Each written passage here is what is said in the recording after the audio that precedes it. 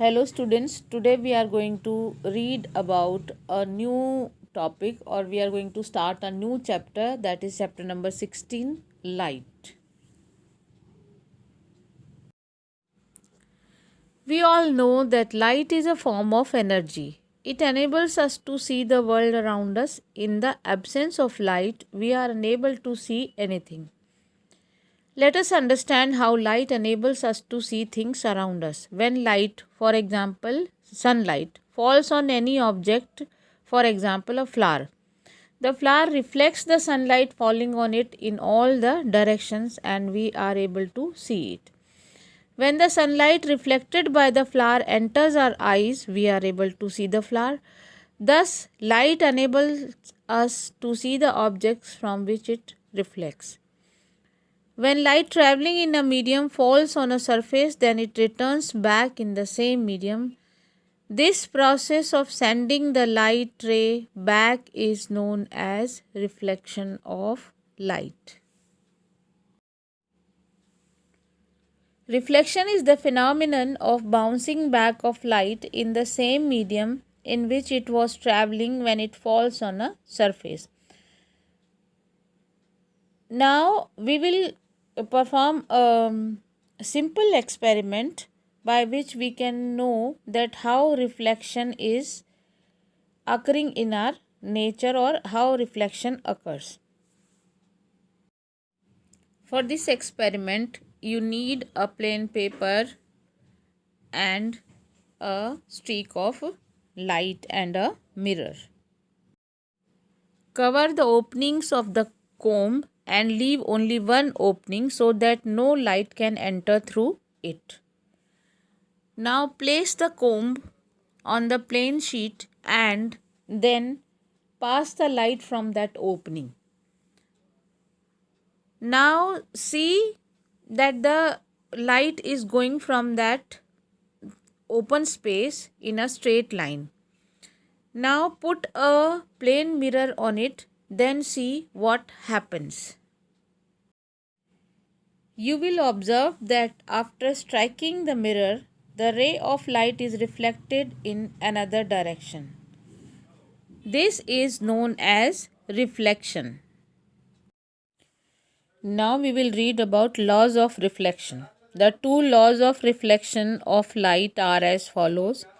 First one, the angle of incidence is equal to the angle of reflection. Here on your screen you are seeing there are two angles. One is angle I and the second one is the angle R. So the angle I is the angle of incidence and angle R is the angle of reflection. So here whenever you measure these two angles, they will be equal.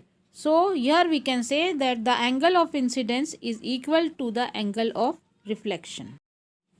The second law of reflection says the incident ray, the normal at the point of incidence and the reflected ray all lie in the same plane, or we can say the incident ray, the normal ray and the reflected ray all lie on the same plane.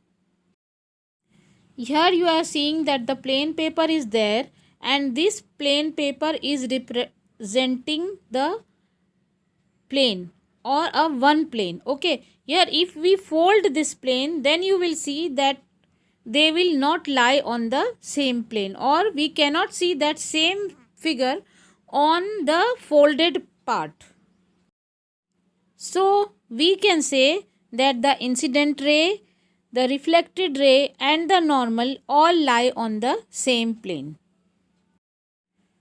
Now we will read about the image which is formed in a plane mirror. When we look into a plane mirror, we see our image behind the mirror.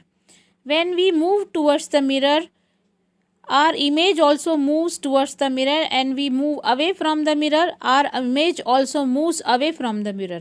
In every case, the distance of our image from the mirror is equal to our distance from the mirror. Here you can see that the image which is formed in the plane mirror is having the same distance as or you can say it is having the equal distance which the object is having. Now the characteristics of the image formed by a plane mirror.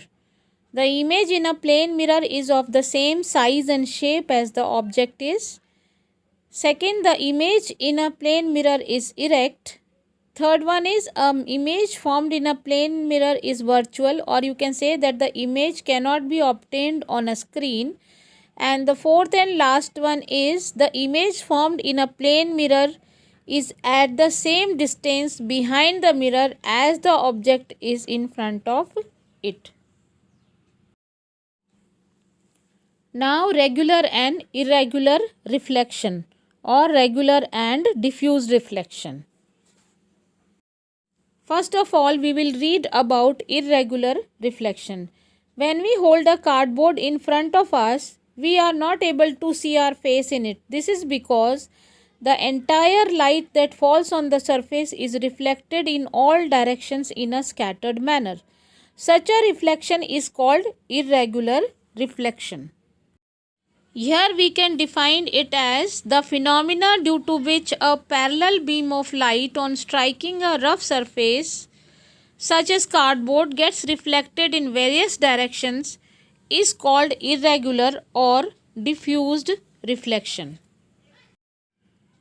Here the important concept to be understood is that irregular or diffuse reflection is not due to the failure of the law of reflection. It is caused by the irregularities in the reflecting surface like that of a cardboard. Now, regular reflection. When we hold a plane mirror in front of us, we see our face. This is because the entire light that falls on the surface is reflected in a definite direction. Such reflection is called regular reflection. We can define is at the phenomena due to which a parallel beam of light on striking a smooth and highly polished surface is reflected back as a parallel beam of light is called regular reflection of light. Now we will read about multiple images. When we see our hairstyle at a hair salon or a parlor, the hairdresser holds a mirror behind us to show how the hair has been cut. So we need two mirrors to see the back of our own head. When two mirrors are inclined to each other at an angle, many images of the object are seen. This is because the image formed in one mirror acts as the object for the other. Many images formed in this manner are called multiple images. By varying the angles between the two mirrors, we can get any number of images. Let us see how a combination of plane mirror works. When an object is kept in between two mirrors placed perpendicular to each other, three images of the objects are formed. As you can see in the slide, when a pair of mirror is placed parallel to each other, an infinite number of images are formed due to multiple reflection. Okay class, this is all for today. We will continue in the next video.